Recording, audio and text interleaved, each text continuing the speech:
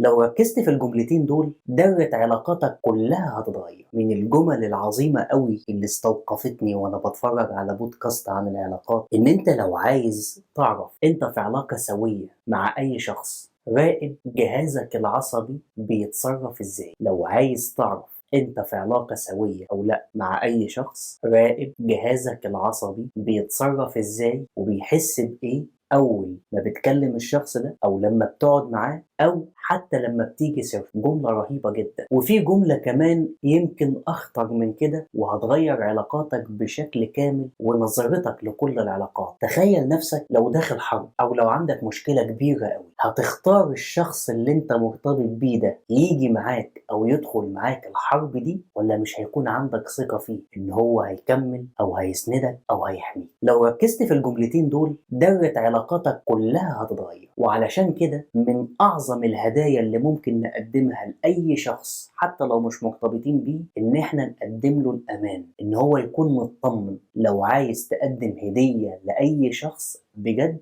خليه مطمن، خليه في علاقة يكون مرتاح نفسيا، يكون هادي، يكون واثق، يكون عارف ان انت شخص مش غامض، يكون حاسس ان انت مش في اي وقت ممكن تتخلى عنه. والاهم من كل ده ان العلاقة تكون واضحة وشفافة، لا فيها غموض ولا فيها شك ولا غيرة ولا قلق ولا توتر. لو لاقي نفسك بتحس بكل المشاعر السلبية دي، اعرف ان انت في علاقة مش سوية. ولو متخيل ان الحب فيه غيرة وقلق وخوف، انت اخد الكلام ده من الافلام والمسلسلات. لكن العلاقات السوية ما فيهاش الكلام ده. العلاقات السوية يعني تكون مطمن طول الوقت، عارف ان انت مع شخص مناسب وفاهمك وحاسس بيك وعمره ما هيعمل شيء يربكك. يعني باختصار شديد، لو عايز تعرف انت في علاقة صح او لا، مش هتلاقي فيها ربكة، مش هتلاقي فيها أسئلة، ومش هتلاقي فيها حيرة كتير. وعلشان كده لو أنا بقدم لك رسالة أو بقدم لك نصيحة في الفيديو ده، على قد ما تقدر لو مش هتعرف تدخل في حياة شخص علشان تريحه، سيبه قبل ما تأذيه وقبل ما تتعبه. لو مش هتعرف تكون شخص مريح لأي حد، على الأقل ما تتعبوش.